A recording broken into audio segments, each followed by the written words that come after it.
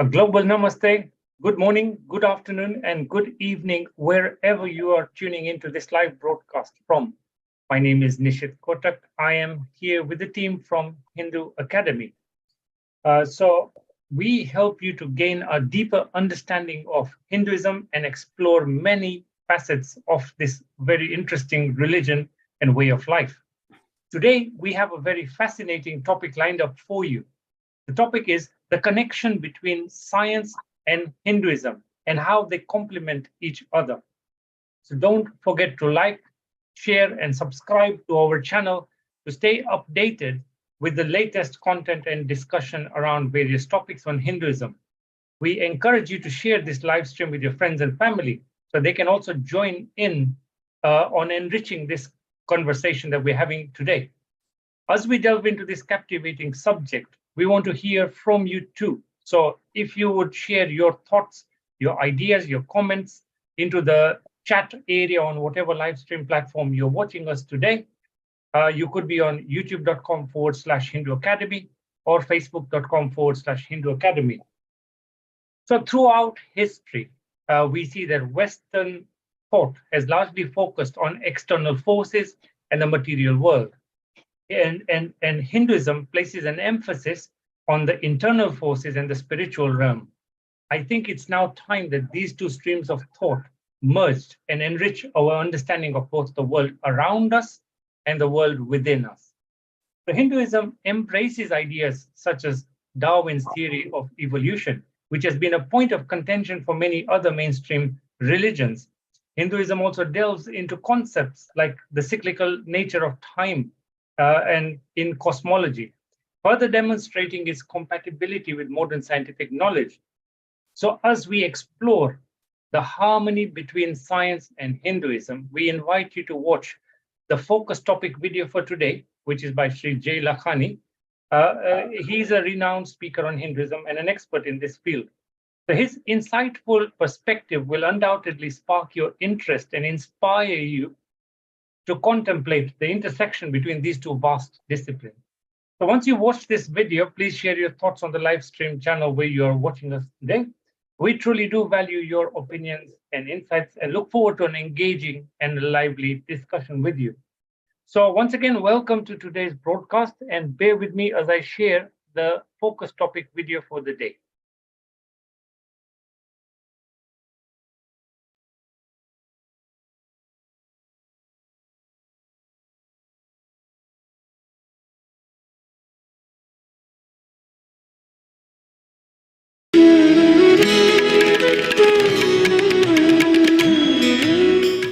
One question is, how does Hinduism relate to modern science? Yes, indeed. You see, most religions, in fact, all religions have to now face up to the greatest challenge that has now arisen.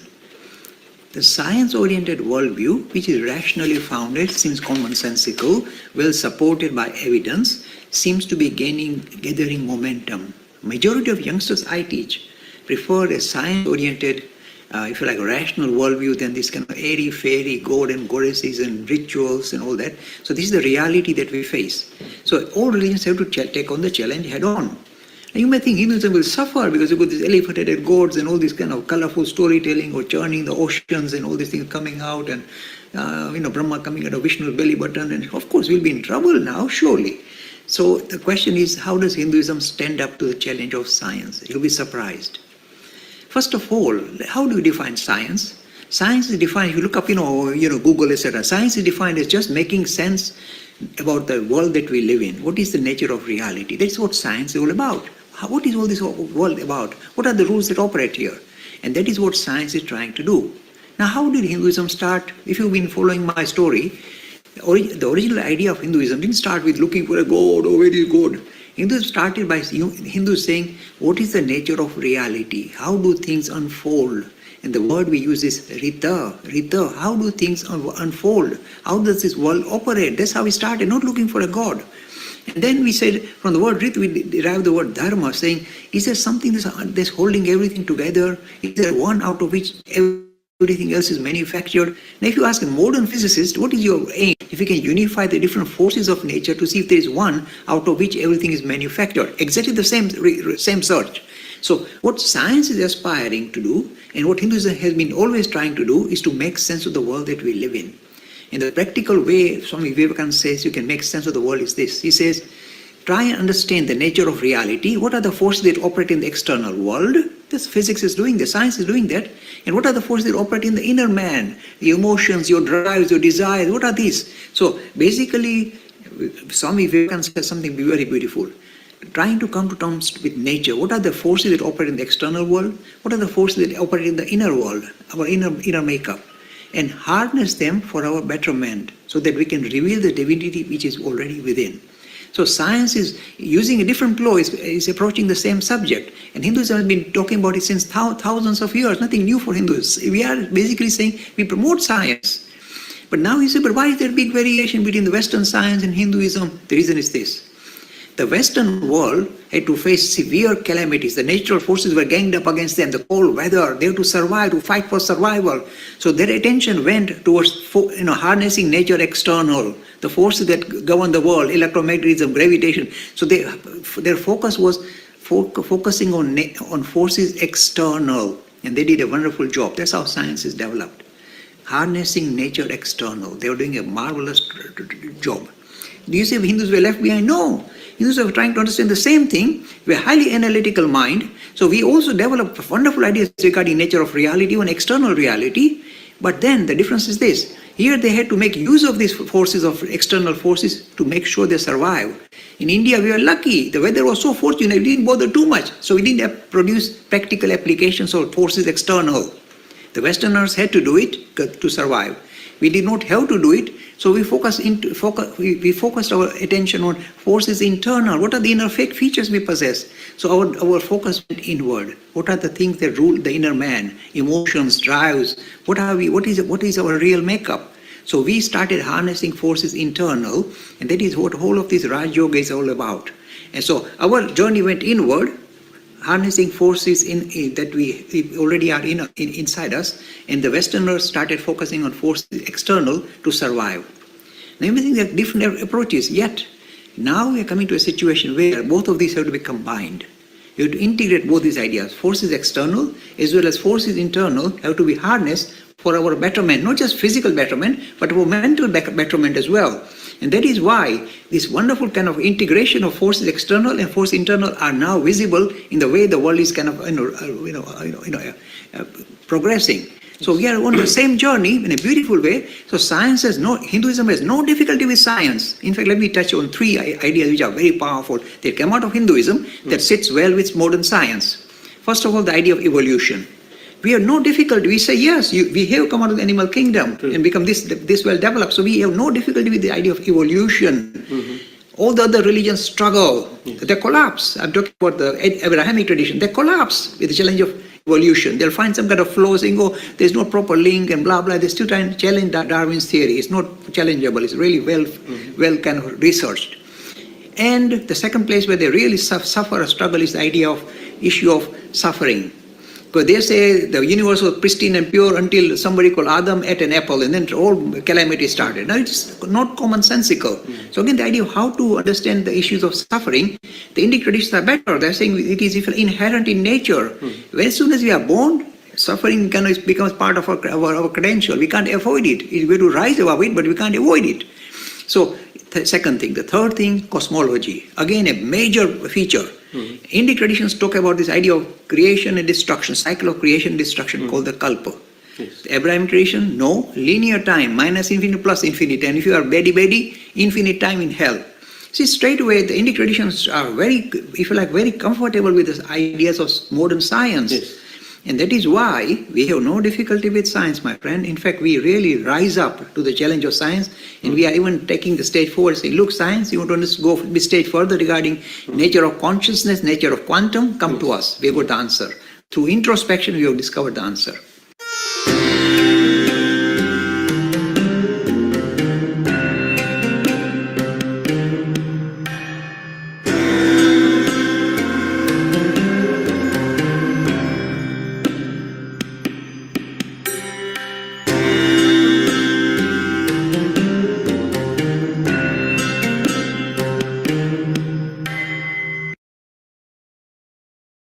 So, ladies and gentlemen, welcome back to today's live Q&A. If you're just joining us, welcome. We're delighted to have you today as we dive into a thought-provoking discussion on the connection between Hinduism and science. Today, I have with me my panel of experts here. We've got Manish Pai, Sita Ben, and Vijay Pai on the call with us today.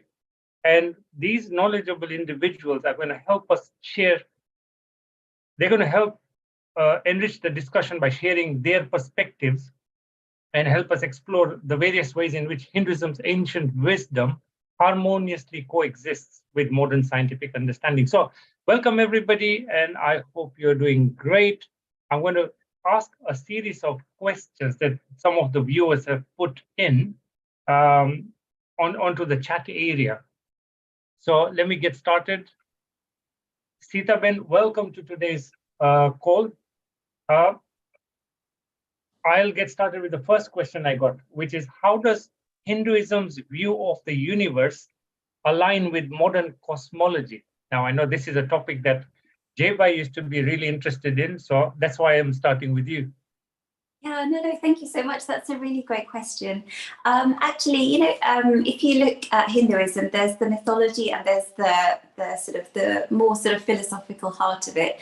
The mythology has got all sorts of colourful stories about how the universe began, but we have to understand that that's just mythology. We don't mean that to be literally true.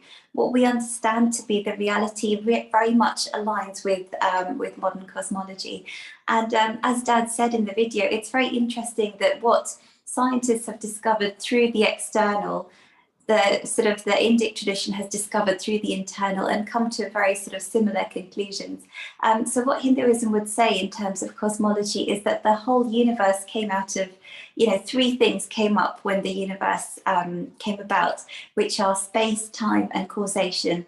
And we've got Sanskrit words for those as well, which are desh, kar, and nimit. So you can't ask what was there before the Big Bang, because the idea came with the Big Bang. What caused the Big Bang? You can't even ask what caused the Big Bang, because the idea of causation came with the Big Bang. So actually, it's very fascinating that the same thing that scientists have done through this journey of extrovert, looking at the world outside, Hindus have discovered through this journey of introspection. Amazing. Vijay Bai, do you have anything to add on this? No, just to add on Sita's point. Sita's covered it pretty well. It is actually interesting. There's a very famous verse in the Rig Veda, in the Nashadiya Shukta, which actually talks about the idea that when the creation came, it also mentions that the gods, maybe the gods came, maybe they did not, because even for the gods to exist, we need, as Sita mentioned, Desh, Kar, Nimit. But how would you worship them if you don't have space, time? And so the thing is, the ultimate source of creation, in essence, is very similar to the Western world. So a very important point. I mean, when you say, as Sita mentioned, what caused the universe, you can't say that. So was it a god? Because you can't say, because causation didn't exist before that. So if you say God caused creation, that means you have Desh Karni, which can't be possible. So you're stuck in this kind of catch-22 situation. So it's interesting in the sense that that's the idea of Brahman. Brahman transcends, you see, all this stuff. Transcends Desh, Kar, Nimit. That's a very key point to get around. If you get that point down, then you kind of get the heart of creation in Hinduism. And it's pretty much like science in that sense. Yeah. Brilliant. So Vijay Bai, I have a question for you. Jay Bai mentioned something in the video. So how does Hinduism approach the topic of evolution, and how does this compare to other mainstream religions? Okay, so I think one thing that Hinduism, or actually all dharmic faiths, have got correct is that all life has souls, or have in the case of Atman. And that makes sense because, quite often you see in some Abrahamic tradition, they said that only humans have souls, animals have no souls, and other creatures. That doesn't make sense because think about it. We have a heart. Most animals, mammals have a heart. We have eyes, they have eyes. We are pretty much identical, except for we got a higher thought process, right? How can we say they don't have a soul? It just doesn't add up. And as a matter of fact, even if you don't take religion into account, the fact that we are so similar in structure or in terms of organs we have, we surely must have come from one. It's so obvious it has come from one kind of root. So Hindus have no problem with the evolution, but we do accept there's one difference though. We do believe that the idea of the spirit is kind of, unfolding. So it's kind of a guided process for the spirit to unfold. And the humans we are, is kind of currently the clearest manifestation of this idea of spirit.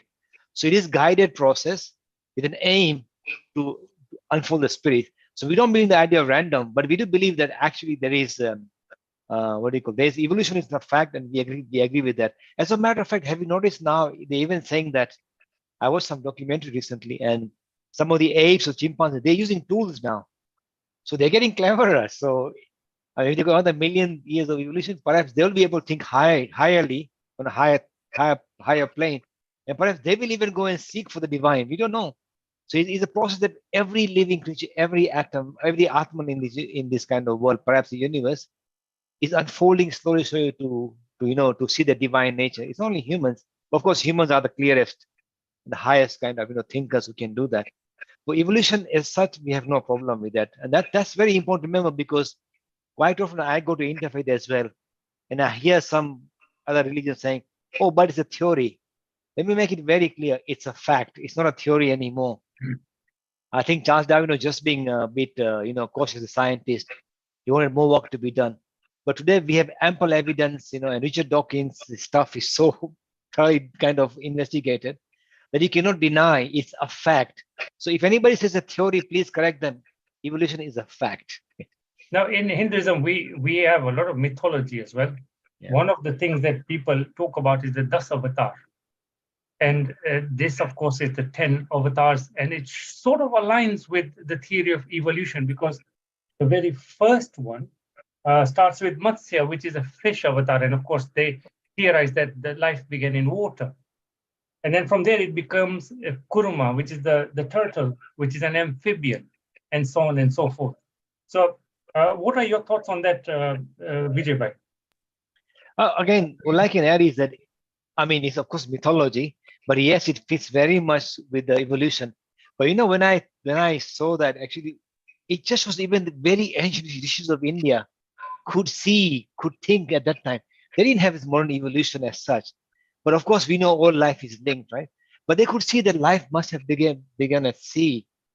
And that to me is really unique and really amazing to see that the inside of the ancient, Indian rishis, they could see that. And they could also see the life eventually came from the sea onto earth. Hence the idea of turtle, because turtle is an amphibian, right? In that sense. Well, not amphibian, but a creature which comes out of land and slowly become the wild boar as the Varaha avatar. And then we come to the Narsimha avatar, half man, half lion. So it shows the evolution of man, absolutely no doubt. So it doesn't matter, even it may be a mythological story, it doesn't matter how you look at it. It clearly shows even the ancient writers of this, Puranas, Puranic stories, even they could see the life evolved from the sea and came out slowly into us. And that's an amazing thing. Yeah, Sita? Yeah, I completely agree.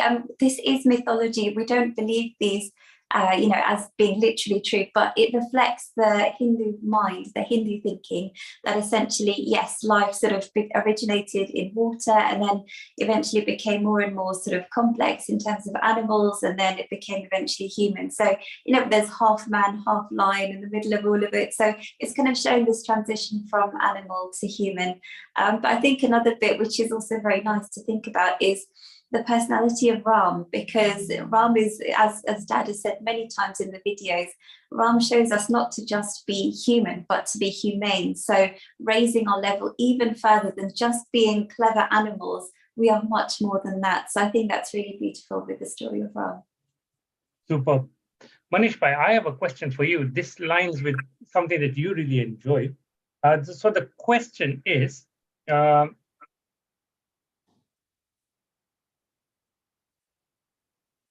the practice of yoga in Hinduism be seen as a means of integrating science and spirituality? Very interesting topic there, Vijay, Nisit Bhai. So yoga, if we look at the theory of yoga, is actually process of unfolding, and it's a kind of self experiment to discover what is our true nature. And in a way, it's a kind of experiment which everyone can do on themselves. And it aligns with the fact that, what Hinduism says, what is our true nature, the idea of moksha is to discover who we truly are. And yoga is a step-by-step process in that sense. And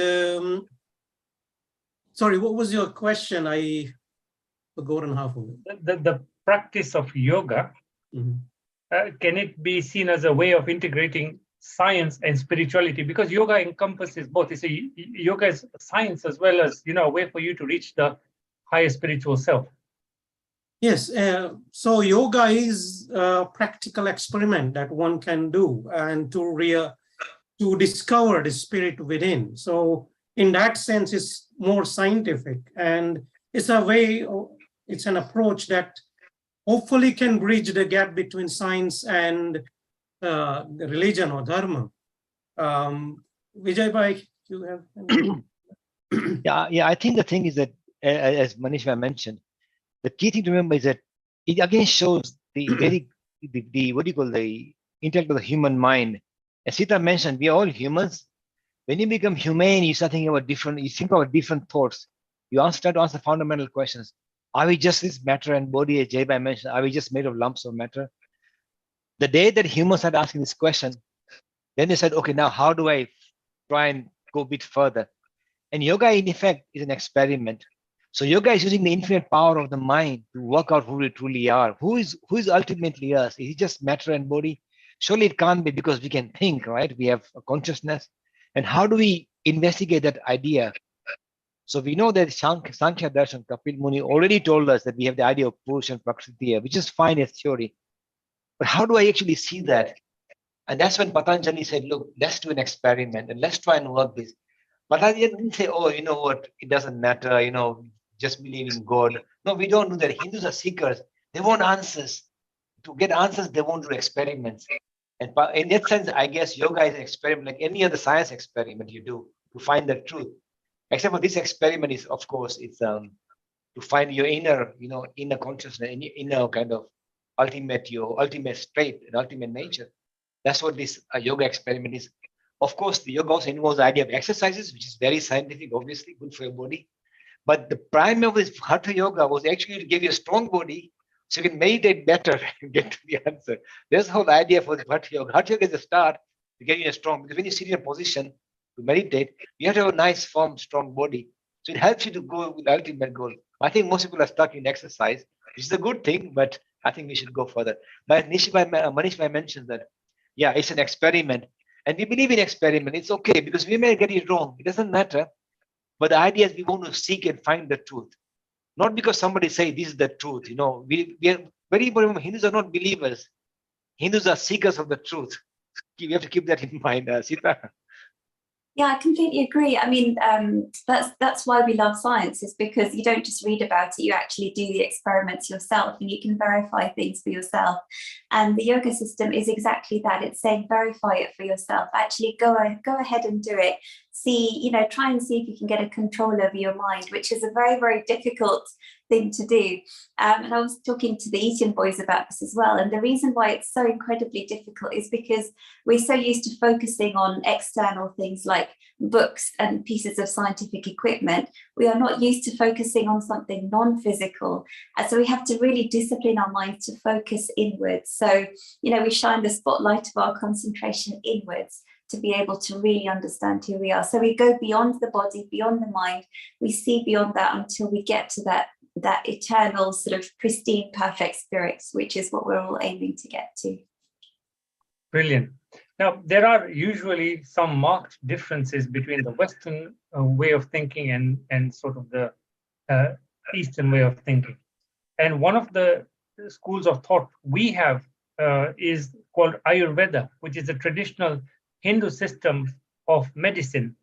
How can this be reconciled with traditional modern medicine? Because we've had doctors in the West who say that the rest of these things are not really accurate scientific ways of doing things. I have things of saying like, this is based on nature. The human body has been around for quite a while now. It's definitely impacted by things in nature. And how do we reconcile the two, so that they can complement each other? Because I don't believe that Western medicine or medical science has the answer for everything. At the same time, I believe that Ayurveda also offers a lot of opportunity where traditional medicine fails. So Vijay, this one's for you. Okay, a very good question. I think one thing to keep in mind is that, of course, there is two streams of medicine. And one is, of course, allopathy, the normal stuff we do, science, we go doctors and does medicine. And then we've got the Ayurveda. The thing about Ayurveda is this, that is a culmination of knowledge of physicians in India over 100, perhaps thousands of years. And through trial and error, looking at different plants, different medicine and their properties, and documenting how people are treated. So in that sense, Ayurveda has got its own stream of medicine. But I'm pretty sure that if you analyze it in a scientific manner, Ayurveda also will make a lot of sense. In most of the cases, it will make a lot of sense because it's a collection of information. So in a way, it's a collection of data over generations, which is in a way is a gold mine. So from what I know is doctors, even doctors of modern medicine use that information a lot, like the neem plant and different plants and how they've been used. But I think the key thing about Ayurveda is this, that, by the way, Ayurveda is one of the 4 Upavedas, it's called. It's seen as one of the supplementary scripts to the original Vedas. So it's very highly valued in that sense. But the idea is that more than cure, Ayurveda is more of prevention as well. People forget that. Ayurveda teaches you how to prevent disease coming in the first place. That's the biggest kind of benefit of Ayurveda. Because today we eat so much processed food, so much stuff. And Ayurveda will teach you how to eat food in such a way if you are eating certain kinds of food. So there's a lot of knowledge in that. And I think we should respect it. We shouldn't just push it away and somehow get it into the mainstream as well. I mean, I went to a hospital in India and they have 3 levels of, medicine. There's 3 kind of, I think 4 floors. You got allopathic medicine, which is modern medicine. They got homeopathy on the top, and the top they have Ayurveda, and they use all 3 complementary, which is quite nice. So I think one thing to keep in mind is that Ayurveda is even divine knowledge as well, because it's been collected, through so much history and by so many great physicians of India. So in a way, it's very important knowledge.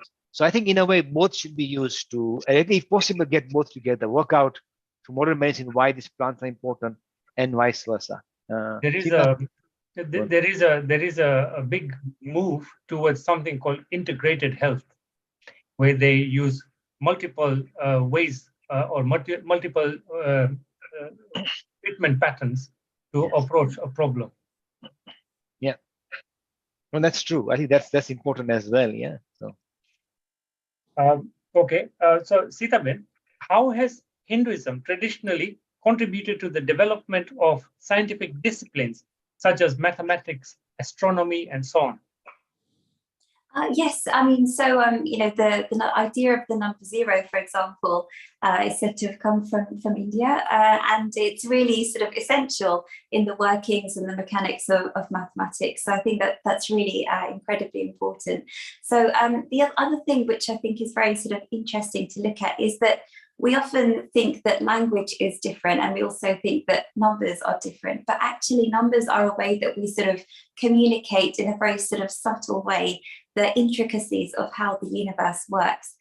So I think that's a really beautiful way of looking at it, is that mathematics and numbers and symbols that we use, without them, it would be much more difficult to be able to understand the intricacies of the universe.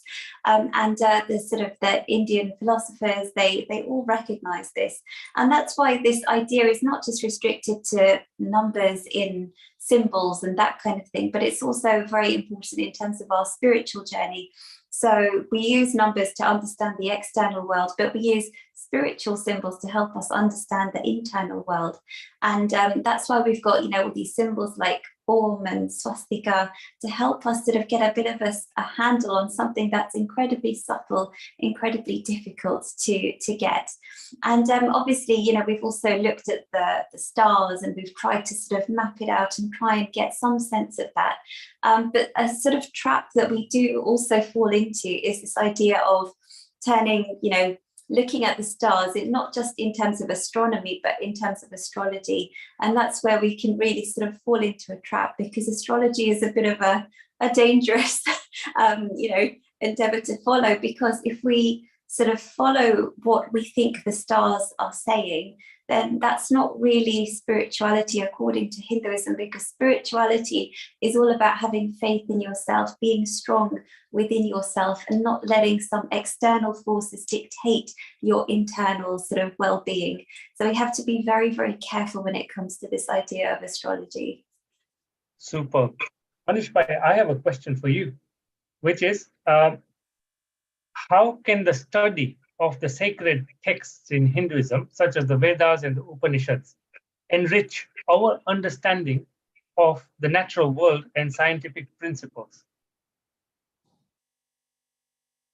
So studying ancient scriptures can help some ideas, but I think science has progressed so far that do we need to study Vedas to understand the nature of reality? Isn't science doing a better job? I think science is doing much better job.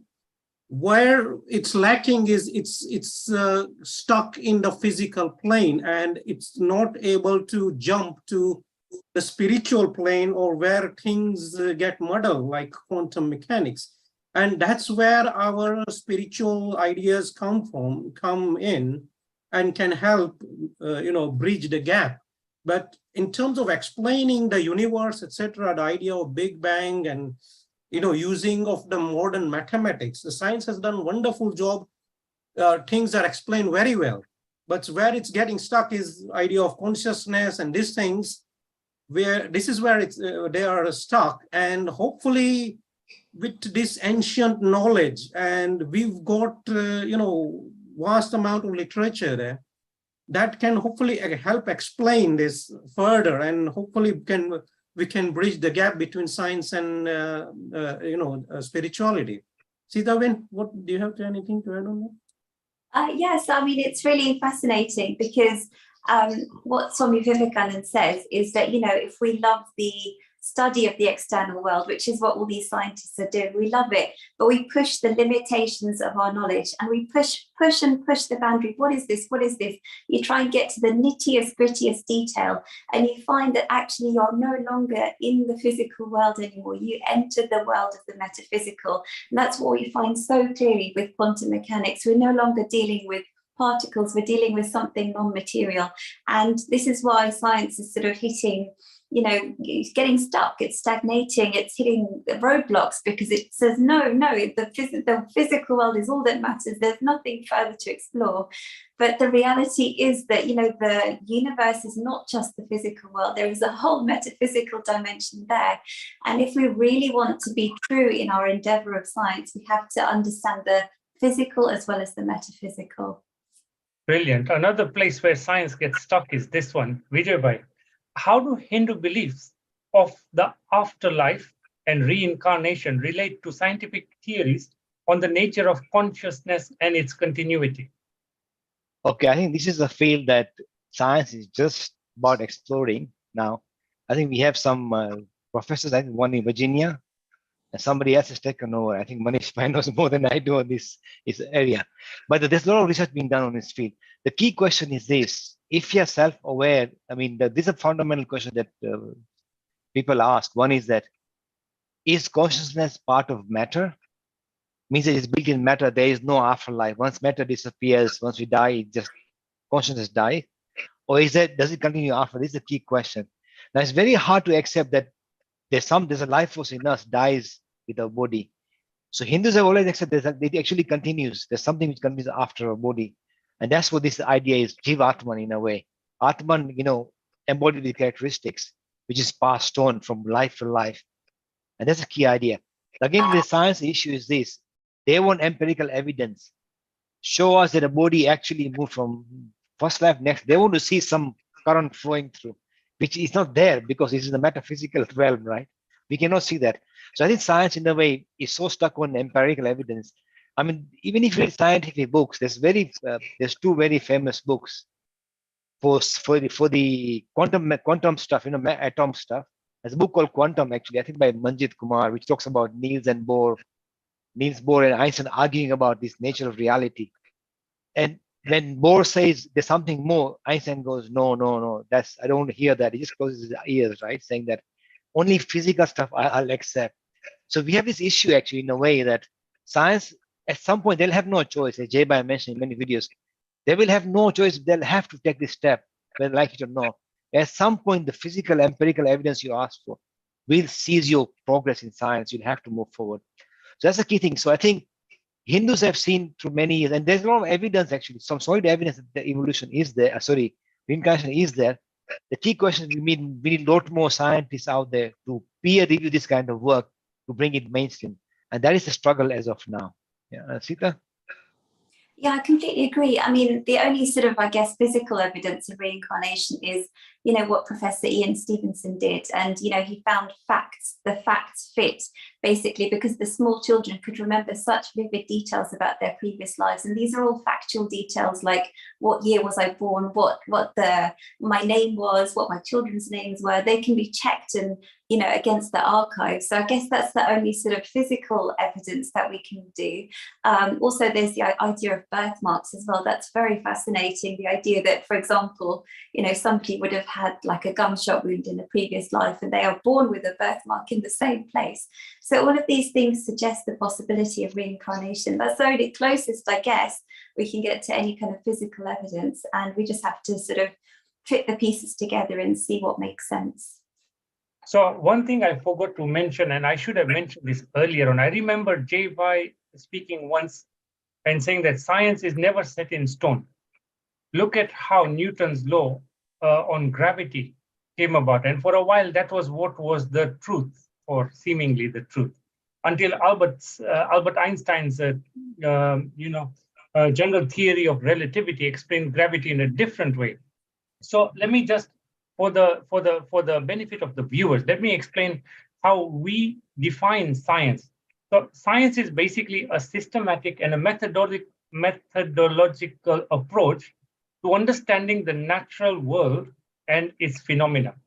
So it involves the formulation of hypotheses, careful observation, and the collection of empirical evidence through experimentation to test these hypotheses. The scientific method relies on the principles of objectivity, verifiability, and reproducibility to ensure that the scientific knowledge is accurate, consistent, and reliable. Now, science aims to build a body of knowledge that explains the underlying principles, laws, and processes governing these, the universe and its components, and is continuously seeking to refine and expand the understanding of the world, often leading to new discoveries and technological advances. So, in short, science is basically a disciplined inquiry into the nature of reality, striving to uncover the fundamental truths about our existence and the workings of the cosmos. Now, tell me this doesn't align with what Hinduism is about. It's actually, I started with that definition of science. Yeah. So, Manish bhai, how does, let me just come to this question somebody asked me.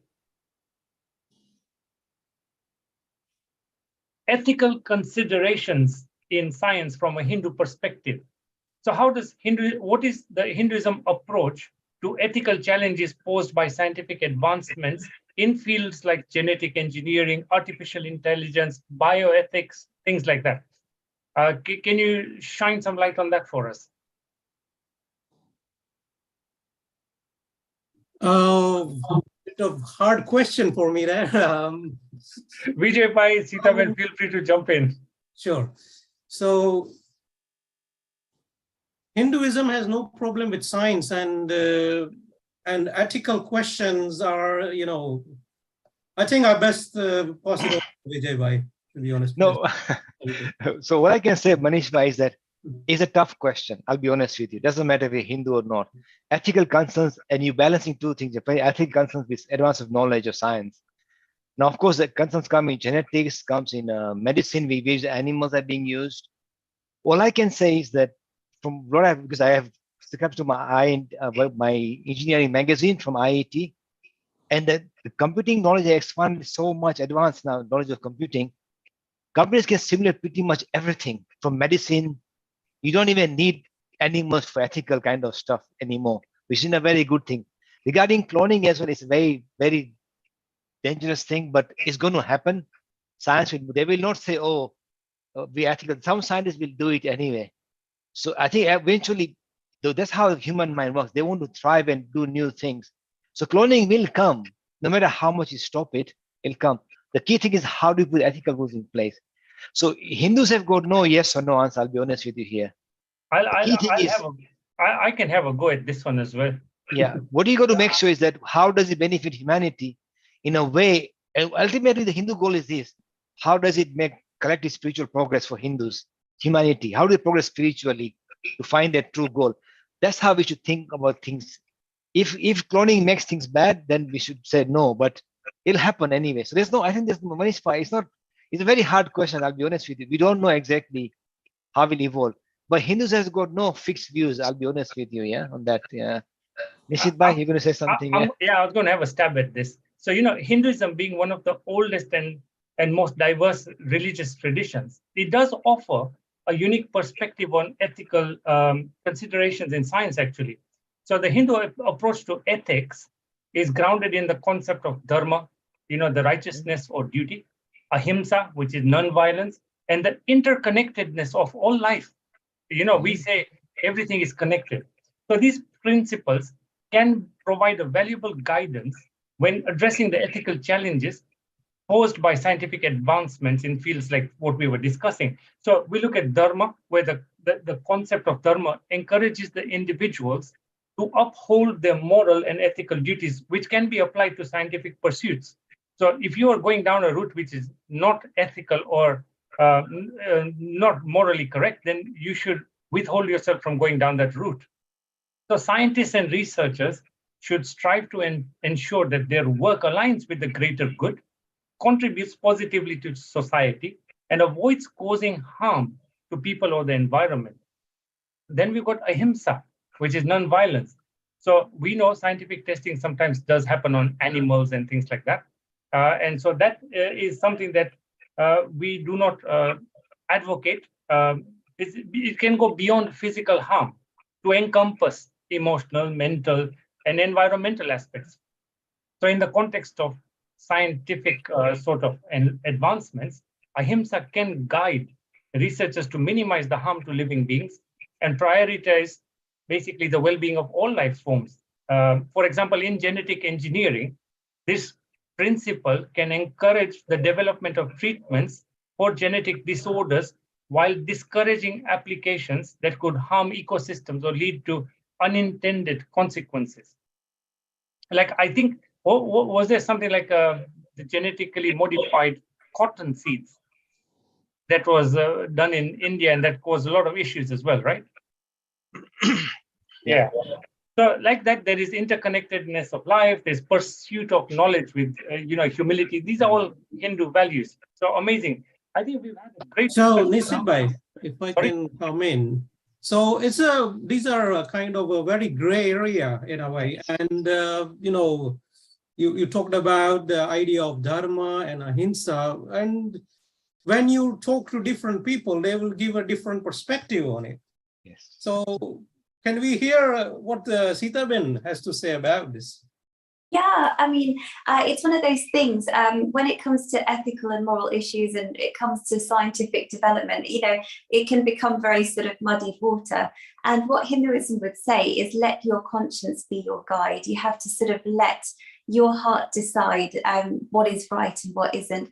And as Nishit Bhai said, a lot of these sort of factors to do with ahimsa, to do with the idea of Atman, everyone is being divine, everyone is being spirit. All of these things come together when you deal with these very ethical and moral situations. So with the idea of cloning and genetic engineering, for example, we aren't creating new souls by sort of having this sort of cloning. We're just sort of creating more encasements for the souls to inhabit. So we aren't playing God in that sense. We understand that, you can't manufacture something metaphysical. But what we're doing is we're sort of trying to sort of develop ourselves to help humanity in the best possible way. And you get very difficult circumstances. So, for example, yes, we don't advocate animal testing, especially if it's for cosmetics, but if it's going to save hundreds of human lives, what is the right thing to do? It makes it much more muddied, much more difficult. So we have to, at every step, think about is what's ethically and morally right, what's the best way forward, what's going to benefit the most number of people. And so just to digress slightly, another topic which is also related to this is this idea of abortion and euthanasia as well. They're very sort of hot topics as to what to do in these very, very difficult, very personal circumstances. And Hinduism would never sort of say you must only do this. It says you must think for yourself and let your conscience be your guide. Superb. So I think we need to summarize this topic, otherwise we won't have time to do anything else.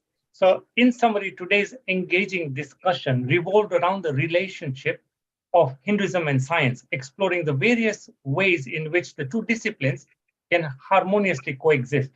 So we have our esteemed panel of experts here in Hinduism, offering their valuable insights into how ancient Hindu wisdom actually can complement modern scientific understanding. And we touched upon topics like Hindu cosmology, ethical considerations posed by scientific advancements, practical applications of Hindu fields in Hindu practice in various fields. We also would like to say thank you to all the viewers who've been joining in, sharing their contributions, and we are confident that you have all gained a deeper understanding of how Hinduism and science can coexist very well. So thank you once again to our expert panel. Manish Bhai, over to you for the general Q&A, and I'll jump onto the live chat.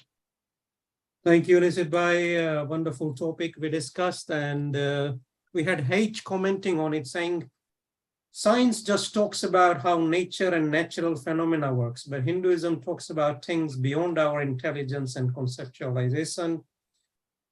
And we take the first question from Dolphia Thoughts. If our religion is called Sanatan Dharma and not Hindu Dharma, then what is the real name of Hinduism? And what is the history of Hinduism? Was it imposed on us? Vijay Bhai? Yeah, I think so. You're right. Sanatana Dharma is the right term. You will not find the word Hindu. You often the Bhagavad Gita or the Rig Veda. There's no word Hindu. I'll tell you now. I've actually tried when I was young for some reason. I couldn't find it anywhere. I mean, Hindu, as we know, as Sita's book in the very first page, it tells you that it actually comes from the word Sindhu, and the idea of mistranslation of the word Sindhu made the word Hindu. Hindu just means people living around the Sindhu River and beyond. When the people came from, from the West, that's what Hinduism means in that sense. But the word has stuck, so we're not really worried about why they use the word. But of course, the true word is Sanatana Dharma. And Dharma is used for all religions of India, Sikh Dharma, Jain Dharma, Bodh Dharma. So Bodh Dharma is a key word. So in a way, I would rather than being imposed on us, it would say it just became part of the common lingo and everybody's using it now. And language changes all the time. It's not something unique. Words change. Some words you used a long time ago, they mean something then, that means something else now. But I think there's a lot of, in a way, it's good that a lot of people are getting aware that we actually start on Dharma and what it means. It's a good thing, obviously. But there's no need to vilify that the word Hindu as such. It's been used for quite a while. All I can say is I'm happy that people understand what Dharma means now, what Sanatana Dharma means, which is a good thing. But if the word Hindu is used by some people for normal communication, it's fine. Regarding history imposing idea of imposed on us, yes, that could be partly true, because quite often language is a very powerful tool to twist and turn people's beliefs and to guide people thinking in a particular way and to impose your will. That's happened, but there's a very big history behind this. So I won't go into that, Sita.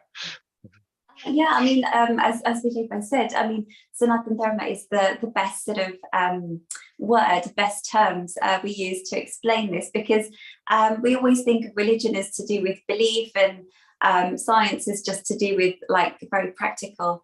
But actually, Sanatana Dharma is saying we are not just a belief system like floating in midair. There is a solid experiential foundation to it. And the fountainhead of every world religion is experiential. It's not just floating in midair, and it's not some airy, fairy, fluffy thing that's just floating without any substance.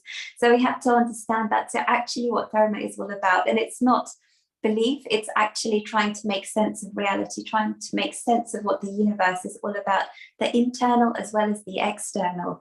So in a way, it's much more scientific and less focused on belief. I mean, belief is perhaps a good starting point. So you have to cling on to something, but then you have to make progress from there. That's very well put, Sita Ben Vijay. So, as Jai said, Hinduism is a kind of a nickname for Sanatana Dharma, and I think it stuck with us. So there's nothing we can do about it. So let's use both, and let's make more people aware of the term Sanatana Dharma, and hopefully that can help with that as well.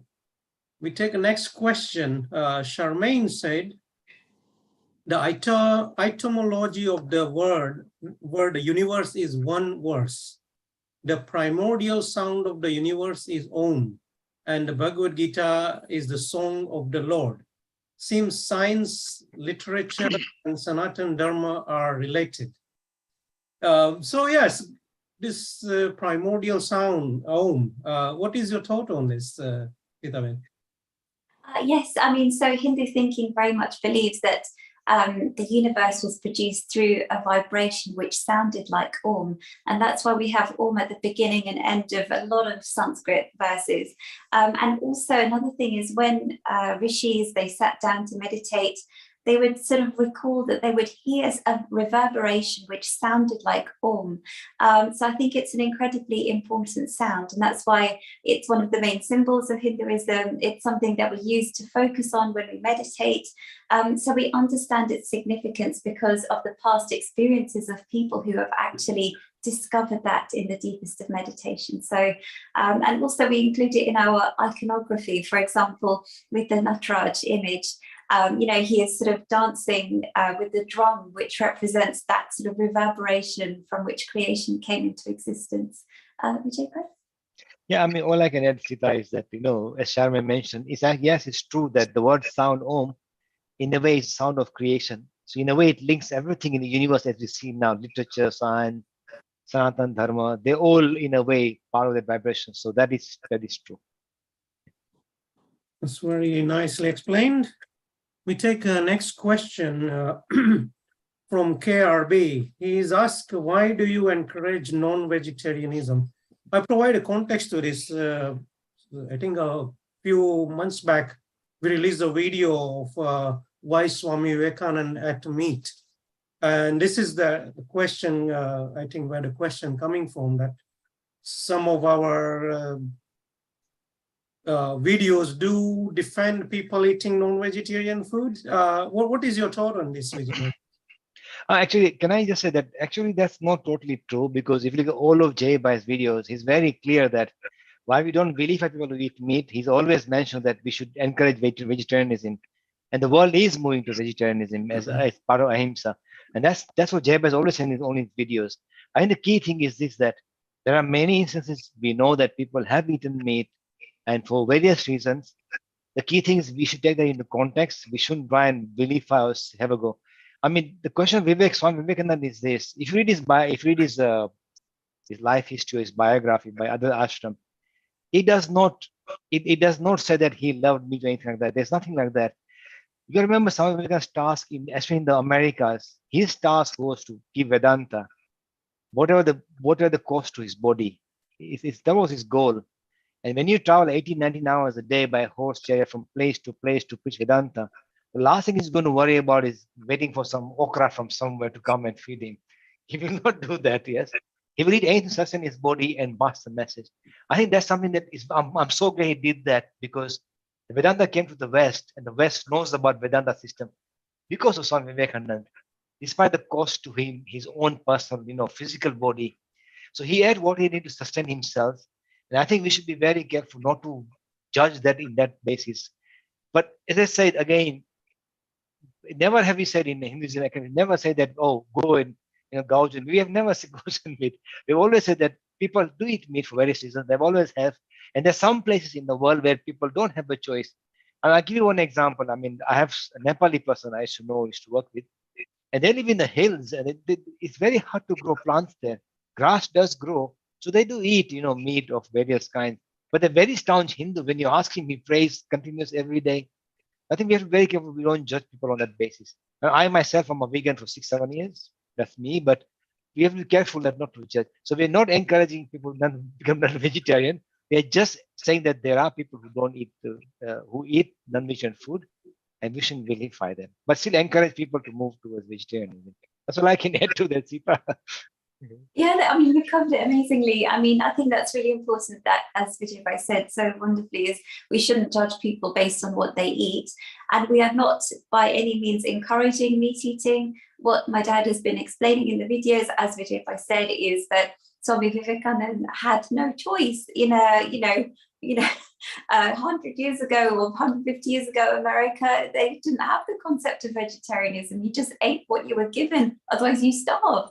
What are you supposed to do? That's what we are trying to explain, is that, you can't say, oh no, I'm vegetarian, I'm not going to eat, and then you starve, and then all sorts of problems happen. You have to just eat what's given to you. And as Vijay said, carry on with the work of spreading this message of spirituality, which we are all benefiting from now. So I think that's incredibly important to remember. But the world is changing, and we're not even, going towards vegetarianism anymore. We're going towards veganism. So many of my friends are turning vegan, and it's a wonderful thing to do, because, we're recognizing the importance of animals and trying to reduce the way that we hurt or impinge on animals in the environment. That's very well put, Sitaben Vijay. We take a last question for the day. We are coming close to the hour. So the last question from Dash is, what is more useful, Ayurveda or Western medicine? Sitaben. As we discussed before, I think it's really important that we don't pit one against the other. We have both available to us, so we should make use of both. They both have their values. I mean, there's ups and downs for both, because that's the nature of reality. That's the nature of the universe. So with the sort of traditional medicine, you have all these amazing tablets, but you have 100 side effects. With Ayurveda, you've got all these beautiful sort of natural remedies, but they may require some sort of allopathic treatment as well. So we complement it, and we use the benefit of both, because they're both human endeavors which are very successful. Vijay? Sita perfectly covered. Nothing more to add. Yeah, no, I agree. Absolutely agree. Yeah. Brilliant. So that's 1 hour done, and today's broadcast does come to an end here. Thank you all for joining us today on our live stream, exploring the connection between science and Hinduism. And as we conclude today's broadcast, we would like to remind you all that next week's live stream will take place at 2 o'clock as usual, but we do have a clock change tomorrow. We move to British summertime. So please adjust your clocks and make sure to tune in to the broadcast next week accordingly. And we encourage you to subscribe to our YouTube channel, hit the bell notification icon, because we release new videos throughout the week, and you will get notified about this, the posts that we do about future live streams, etc. And by subscribing, you become part of our growing community dedicated to promoting a deeper understanding of Hinduism in the modern world. We are now over 118,000 subscribers and growing strong. Once again, thank you very much for being with us today. We look forward to seeing you next week. Have a wonderful week ahead. Don't forget to adjust your clocks. And thank you again to our fantastic team here who've done a really good job with the interviews, questions today. So bye-bye, everybody, and see you next week, 2 o'clock British summertime.